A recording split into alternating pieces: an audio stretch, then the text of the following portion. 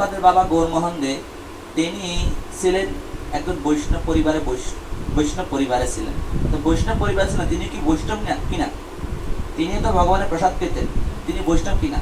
তিনি কি করতেন, এই মঠ থেকে যারা সাধুরা আসতো তাদেরকে তিনি খুব আন্তরিক সহকারে, মঠ তখন তো মঠ বলতে আমরা মন্দির বলি, যেহেতু মঠ বলা হয়, এই মঠ থেকে যত সাধুরা আসতো সমস্ত সাধুদেরকে তিনি খুব সুন্দর করে খাওয়াইতেন। কে? শিলা প্রভুপাদের বাবা গৌরমোহন দে। আর এত সুন্দর বৈষ্ণব সেবা দিতেন, দিয়ে লাস্টে বলতেন আমার ছেলেকে একটু আশীর্বাদ করেন, আমার ছেলেকে একটু আশীর্বাদ করেন। তখন সমস্ত বৈষ্ণবরা এগিয়ে শিলা প্রভুপাদকে আশীর্বাদ করতেন।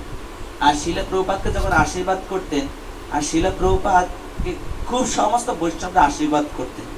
আজকে দেখুন সে বৈষ্ণবদের আশীর্বাদে শিলা গৌরমোহন দে তার বাবা বলতেন আমার ছেলে যেন একটা ভালো ভক্ত হইতে পারে, আপনারা সবাই আশীর্বাদ করবেন। তো তার এই কারণে ভক্তের আশীর্বাদের কারণে আজকে শিলা প্রভুপাদ একজন শুদ্ধ মহাত্মা রূপে তিনি সারা পৃথিবী কৃষ্ণ ভাবনামৃত প্রচার করলেন। এই কারণে যে ভক্তের আশীর্বাদ হচ্ছে অত্যন্ত আসল। ভক্তের আশীর্বাদ বিনা কোনো কিছু নাই বল। ভগবানকে ভালোবাসলো ভগবত ধাম যাওয়া যায় না। তাহলে ভগবানকে ভালোবাসা কাকে ভালোবাসতে হবে? ভক্তকে ভালোবাসতে হবে।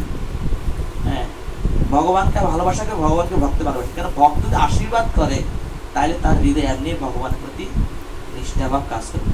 এই কারণে আমাদের ভগবানের নাম করতে হবে, হরির নাম করতে হবে, আর ভগবানকে আমাদের ভালোবাসতে হবে, আর আমাদের ভক্তকে ভালোবাসতে হবে। এইভাবে যদি আমরা ভক্তি জীবন অবলম্বন করি তাহলে আমরা ভগবত ধামে যাওয়া সুনিশ্চিত।